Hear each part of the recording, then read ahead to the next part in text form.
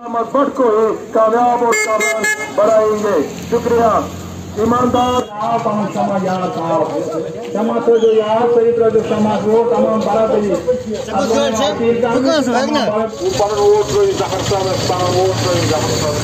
तागे बराबरी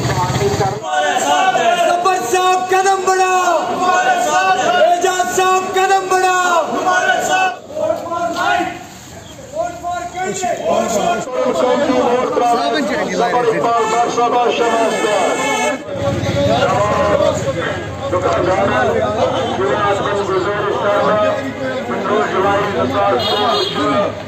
आज जवानों ये आज कोरमुत अज बनाओ जबर अहमद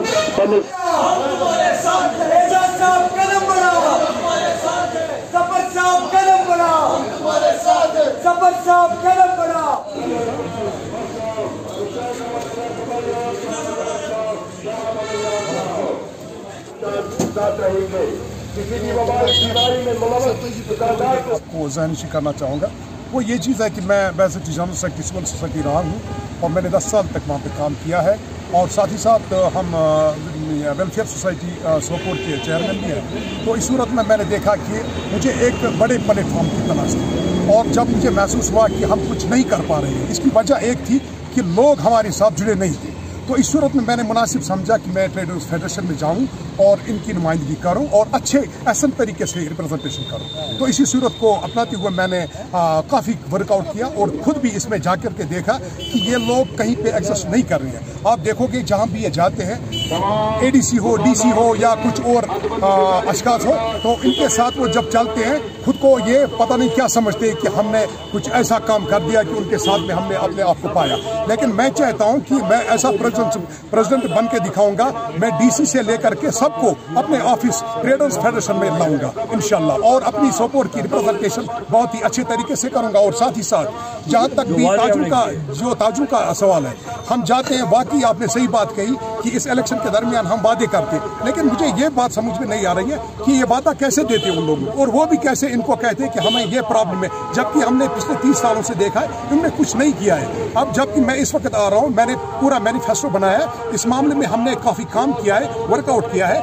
हमने समझा है कि हमें किस तरीके से रिप्रेजेंटेशन करनी चाहिए। तो इस सूरत में हमने एक प्रोग्राम बनाया है, तो हम इसी को अपनाते हुए इंशाल्लाह बहुत ही अच्छे तरीके से रिप्रेजेंटेशन है कि यहाँ पे हमने जो यूथ ट्रेडर्स फेडरेशन कायम की थी, तो इसमें हमने उसको कुर्बान किया ट्रेडर्स फेडरेशन पर, सिर्फ इस गरज से कि हम इसको हिस्सों में नहीं बांटना चाहते, हम एक प्लेटफॉर्म को मजबूत करना चाहते हैं। इस सूरत में हमने समझा है कि अब जो लोग इस वक्त पार्टिसिपेट कर रहे हैं वो एक दूसरे से बिल्कुल मिले हुए हैं। वो मैं एक बात आपको कहना चाहूँगा, वो एक है, आपको ये यकीन से मैं कहूँगा क्योंकि मुझे गैर एजेंसी से मालूम पड़ा है कि उन्होंने एक साथ कुछ क्या कहते हैं एक समझौता किया है ताकि हम मुझे डिफीट करें, लेकिन वो मुझे डिफीट नहीं कर सकते। और एक चीज़ आपको ये भी समझना चाहिए, जो लोग 3 साल तक हाशमी साहब के साथ थे और इन लोगों के खिलाफ थे, आज वो इन लोगों को छोड़ के उनके साथ है।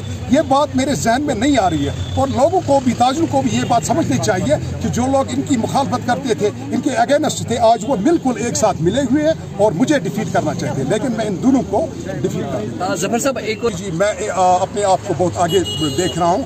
तो कल इन्हीं के एक बंदे ने एक वो पोलिंग क्या बोलते हैं, इलेक्शन पोल का वो एग्जिट पोल कायम किया था। मुझे बहुत हंसी आ रही थी क्योंकि एग्जिट पोल में उसने दिखाया था मुझे कुछ 300 के करीब वोट्स, जबकि मेरे मुखालफिन को दिखाए थे 2600 ऐसा कुछ।